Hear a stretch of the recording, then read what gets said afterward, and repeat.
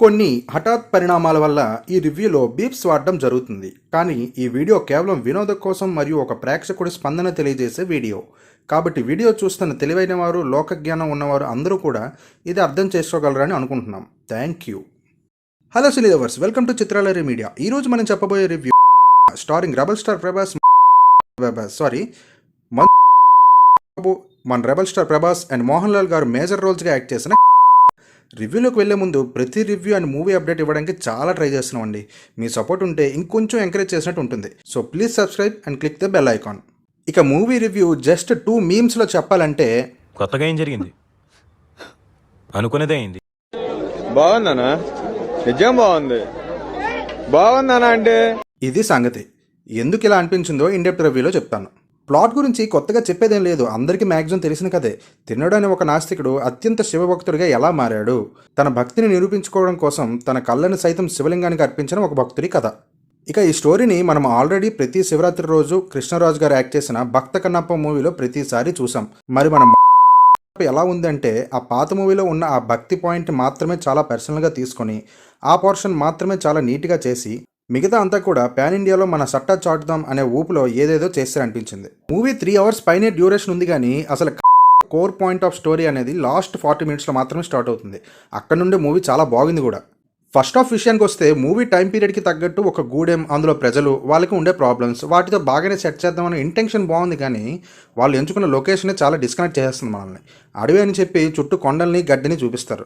Movie అంతా కూడా only 2 locations మాత్రమే ఉన్నట్టు అనిపిస్తుంది. అయితే కొండల మధ్యలో లేదా చుట్టూ గడ్డి ఉండే ఖాళీ స్థలంలో అంతే. దానికోసం అక్కడ వరకు ఎందుకు వెళ్ళారో నాకైతే అర్థం కావట్లేదు. ఈవెన్ ఇండియాలో కూడా చాలా దట్టమైన ఫారెస్ట్ చాలా ఉన్నాయి, అక్కడ తీసినా కూడా ఇంకా బాగా వచ్చేవేమో అనిపించింది. అండ్ ఈ మూవీలో మన జూనియర్ చిన్నప్పటి తిన్నడు క్యారెక్టర్ ప్లే చేశాడు. గెటప్, లుక్ ఓకే, కానీ డబ్బింగ్ మాత్రం వేరే వాళ్ళతో చెప్పుంటే బాగుండేది. ఎందుకంటే అక్కడ చూపించేది ఒక గూడెంలో ఉండే ఒక పిల్లాడి క్యారెక్టర్, పైగా ఈ కాలంలో జరిగే స్టోరీ కూడా కాదు. కానీ తన మాటలు మాత్రం ఇప్పటి కాలంలో ఒక ఆంగ్లో ఇండియన్ మాట్లాడినట్టు ఉంటుంది. ఈ మధ్య అమెరికా నుండి ఇండియాకి వచ్చి తెలుగు నేర్చుకునే పిల్లల మాటలు ఎలా ఉంటాయో అలా ఉంది. ఆ మాటలకి నవ్వాలా, యాక్టింగ్ని అప్రిషియేట్ చేయాలా అని అర్థం కాలేదు నాకైతే. ఇంకా యాక్షన్ సీక్వెన్సెస్ అయితే చాలా చోట్ల విఎఫ్ఎక్స్ని చాలా క్లియర్గా తెలిసిపోతూ ఉంటుంది మనకి.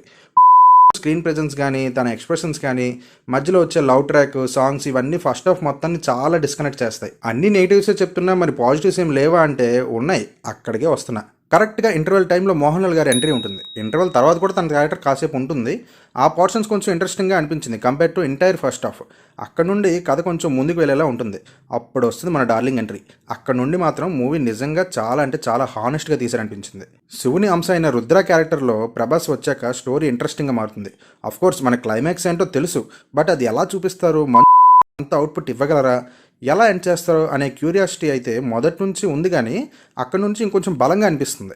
డార్లింగ్ స్క్రీన్ ప్రెజెన్స్ కానీ, ఆ తర్వాత వచ్చే గారితో వచ్చే కాన్ఫ్రంటేషన్ సీన్స్ కానీ చాలా బాగా రాశారు, తీశారు కూడా. ఇన్ఫ్యాక్ట్ అక్కడ వరకు చూసిన సినిమా అండ్ ఆ తర్వాత చూసిన సినిమా ఇద్దరు డైరెక్టర్స్ తీసారేమో అనిపిస్తుంది. అంత బాగా ఇంప్రూవ్మెంట్ కనిపిస్తుంది. సో మూవీకి మేజర్ ప్లస్ అంటే లాస్ట్ 40 minutes అనే చెప్పాలి. అండ్ ఇంకో విషయం తప్పకుండా చెప్పాలి, విష్ణు గారి యాక్టింగ్. ఇన్ని రోజులు అతన్ని అందరూ ఎంత ట్రోల్ చేసినా కూడా అతనిలో ఉన్న గారి బ్లడ్లో ఉన్న యాక్టింగ్ స్కిల్ ఈ మూవీ లాస్ట్ 30 minutesలో బయటపడింది. మళ్ళీ చెప్తున్నా, లాస్ట్ 30 minutes మాత్రమే. అక్కడే శివ శివ శంకర సాంగ్ వచ్చే పోర్షన్. నా వరకు అయితే మాత్రం అస్సలు ఎక్స్పెక్ట్ చేయలేదు ఇంత బాగా పెర్ఫామ్ చేస్తారని. యాక్టింగ్ కోసం మూవీ చూసే వాళ్ళకైతే definitely his performance will be noted.